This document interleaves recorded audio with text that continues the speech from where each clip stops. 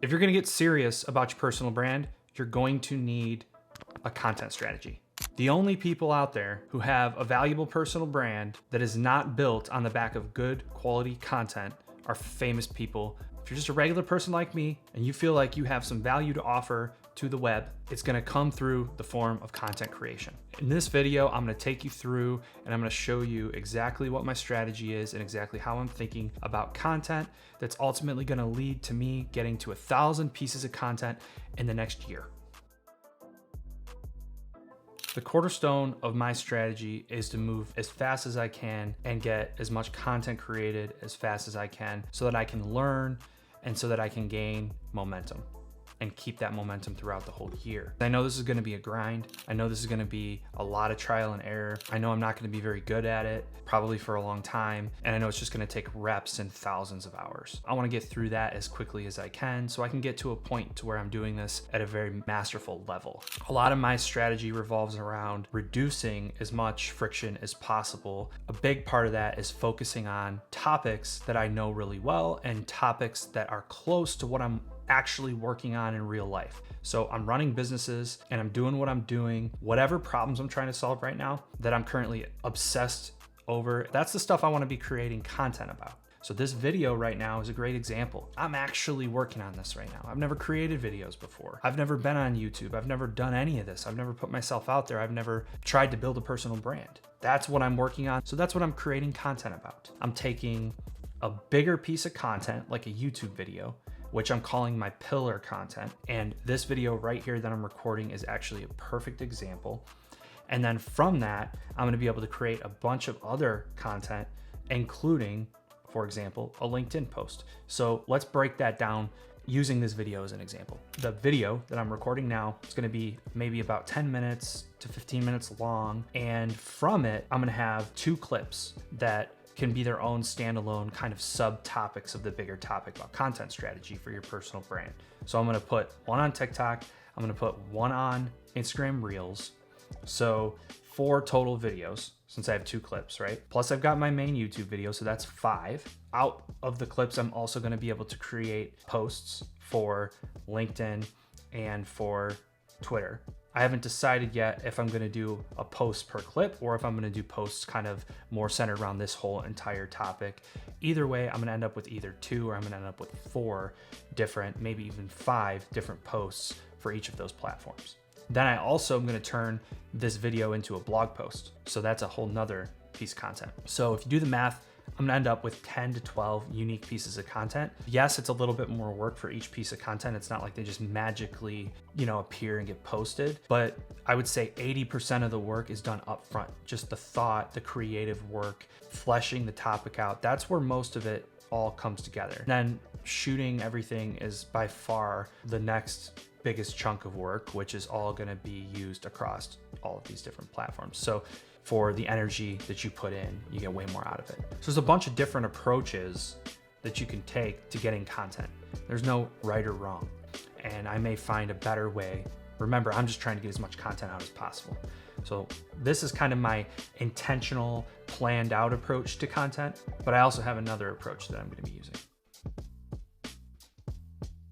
So the other approach that I'm gonna be taking to create lots of content very quickly is to record my meetings. So I have a lot of meetings all throughout the week with employees, partners, investors. Oftentimes I'll end up on some sort of tangent, either to educate them on something or to just say my opinion about something. I think that that could be great content that other people are gonna get value from as well. I plan to just start recording myself so that I have that content if I want to use it. I'll be on the lookout for interesting content that could come from those conversations, and then I'm just gonna shoot that over to my video editor and see where it goes. Now, I'm not gonna be recording the whole Zoom call. That's not the idea. You won't get the whole conversation. It's literally just gonna be me that's recorded. Think of it like a podcast clip.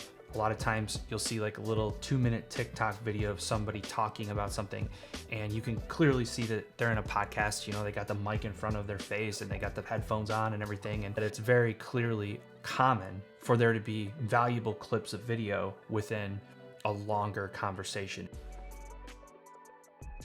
The key to making this all come together, for me personally is delegation. And if you are serious about your personal brand and are busy, then you're probably gonna have to delegate. Now, you might not do it as fast as I am, because remember, this is kind of easy for me to pull off because I just look at this as an extension of my business. I already have businesses, I already have teams, so it's not hard for me to get straight into delegation. For you, it may not come right away, but you should still have that in the back of your mind. You should still be thinking about what to delegate, how to delegate, and when to delegate. The best way to be thinking about that is ask yourself, what do you want to be doing? What do you want to be spending your time on? What do you think is the right things to be spending your time on? And I would say that comes down to a couple considerations. One is just like, what do you enjoy doing? What do you want to be doing? And two is, what's the most valuable? For me, video editing is the obvious thing for me to cut out right away.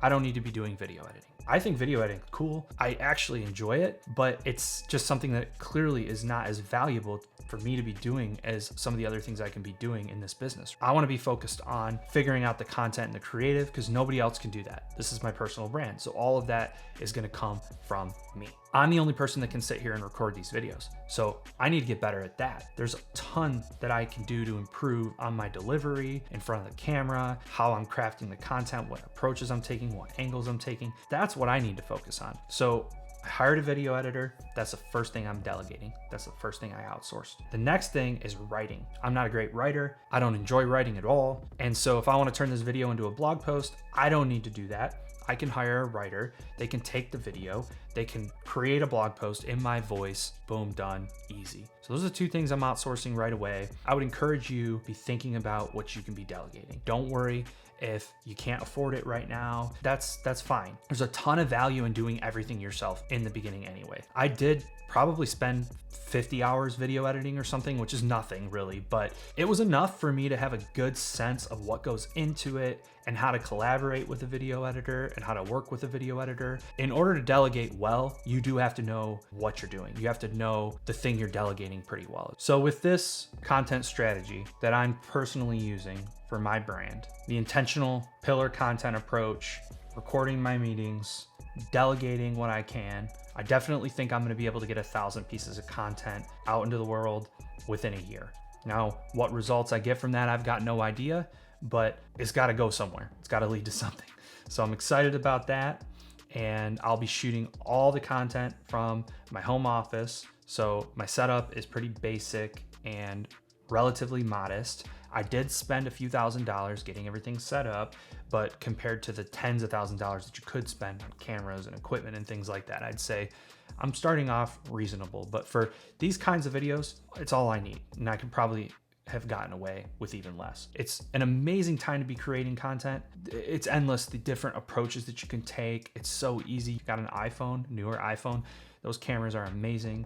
So you don't need a lot to jump into this. You just need a plan, and you just need to execute, and you just need to see where it goes. That's where I'm at in my journey. I'm super excited.